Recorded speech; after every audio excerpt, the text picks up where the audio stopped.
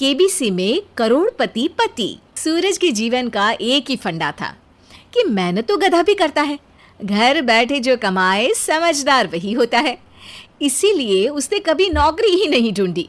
इस बात से हालांकि उसकी पत्नी शिखा बिल्कुल भी अग्री नहीं करती थी, पर फिर भी सूरज को समझाना बेकार था।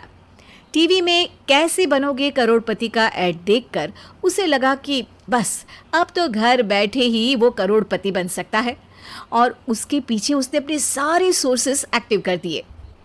2 हफ्ते में उसके कलीग के साले के पड़ोसी के बेटे का सोर्स निकलता है जो कि उसे शो में पहुंचा सकता है, और सूरज उससे मिलने चला जाता है। अच्छा, तो हमें मुकेश जी बता रहे थे कि आप हमें शो में पहुंचा सकते हैं। हाँ, उसमें कोई तकलीफ नहीं है। मैं कल अगर कोशिश करूँ तो इसी महीने में आपका नंबर आ जाएगा। अरे ये तो बहुत बढ़िया हो गया। अच्छा, वो सिलेबस और क्वेश्चन पेपर का कोई जुगाड़ है क्या? उसका तो कोई जुगाड़ नहीं है। तो वो वाकई में कुछ भी पूछ सकते हैं? हाँ, वो तो बच्चन जी पर है, जो पढ़ते हैं वो पूछ लेते हैं। पहली कोशिश फेल होने पर अब सूरज के सामने एक बहुत बड़ा सवाल था कि आखिर जवाब कहाँ से लाए। तब शिखा ने एक सजेशन दिया, क्यों ना सूरज अपने चचेरे भाई सुमित से मदद मांगे, जो कि यूपीएससी की तैयारी कर रहा था।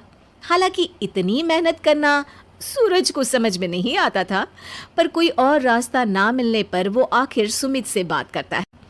अरे सुमित, हमारा कैसे बनोगे करोड़पति के लिए सिलेक्शन होने वाला है, तुम हमें थोड़े चिट बनाने में मदद करोगे क्या? अरे भैया, चिट बनाए तो सालों हो गए, उसमें हमारा एक्सपर्टीज नहीं है, बल्कि आप बोलो तो हम आपकी पढ़ने में जरूर मदद कर सकते हैं। हट, कैसे अनाप शराब बातें कर रहा है तू? सूरज ने सुमित को मना तो कर दिया था, पर तैयारी करने के सिवाय कोई चारा उसे दिख भी नहीं रहा था। खासकर जब 12 के पेपर लीक करने के एक्सपर्ट शुक्ला जो भी हाथ जोड़ लेते हैं।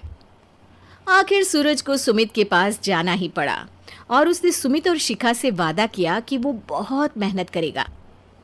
1 महीने की तैयारी के बाद फाइनल हुआ कि शो से 1 हफ्ते पहले एक ट्रायल खेला जाएगा, जहां पर सारे रिश्तेदार ऑडियंस की जगह पर होंगे और शिखा सवाल पूछेगी। दूर दराज से भी रिश्तेदार आकर हाजिर हो गए देखने कि आखिर कैसे बनेगा सुमित करोड़पति। सब कुछ सेट था, और इतने में सूरज आकर अपना स्पीच देता है। ये 1 महीना मेरे लिए आसान नहीं था, पर अपने भाई सुमित और अपनी पत्नी शिखा की मदद से मैं इतनी दूर पहुंच पाया हूँ। मेरे मम्मी पापा के आशीर्वाद ने भी बहुत साथ दिया है मेरा। मैं उम्मीद करता हूँ कि आज के शो में आप लोगों को बहुत मजा आएगा। साक्षी पहला सवाल पूछती है और पूरे कमरे में सन्नाटा छा जाता है। इंडिया में कितने स्टेट्स हैं?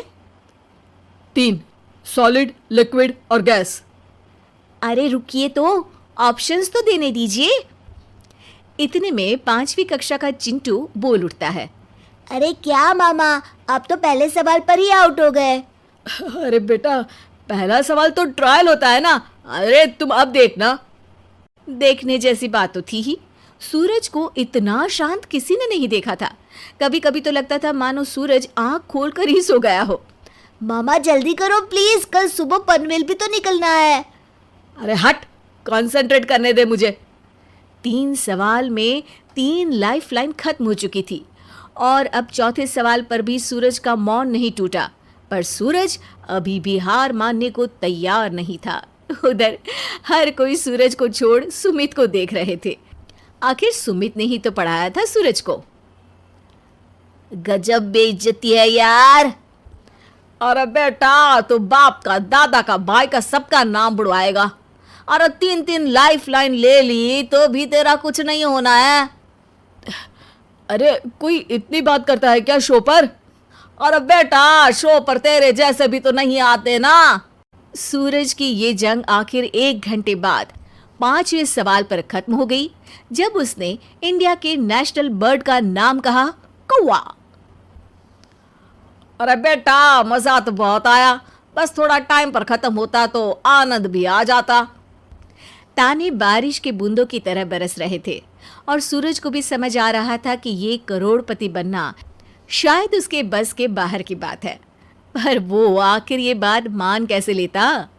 वो सख्त लौंडा जो ठहरा, उसने सोचा कि बेइज्जती तो हो ही चुकी है, पर अगर मैं हार नहीं मानूं तो शायद कुछ हो सकता है। शिखा तुम देखना, असली शो में आग लगा दूंगा, आग, करोड़पति बनूंगा मैं। हाँ, सब्जियां खत्म हो गई है घर पे, ले आओ। पहले पति बन जाओ, फिर करोड़पति बनना। अरे गजब बेइज्जती है यार। बेटा अभी तो घर पर ही हुई है, 1 हफ्ते में तो तुम देश के सामने करवा कर आओगे। वैसे जब टीवी पर जाओ ना तो बस अपने मम्मी का ही नाम लेना, ठीक है? कोई पूछे तो बोलना कि पापा नहीं है मेरे। अरे पढ़ाई की, पेपर निकलवाए, इतने सारे लोगों को खाना खिलवाया, क्या फ़र्क पड़ा? इसीलिए मैं कहता हूँ कि मेहनत तो गधा भी करता है, घर बैठे जो कमाए वही सिकंदर। लेकिन मामा, गधे भी जानते हैं कि हमारा राष्ट्रीय पक्षी मोर है।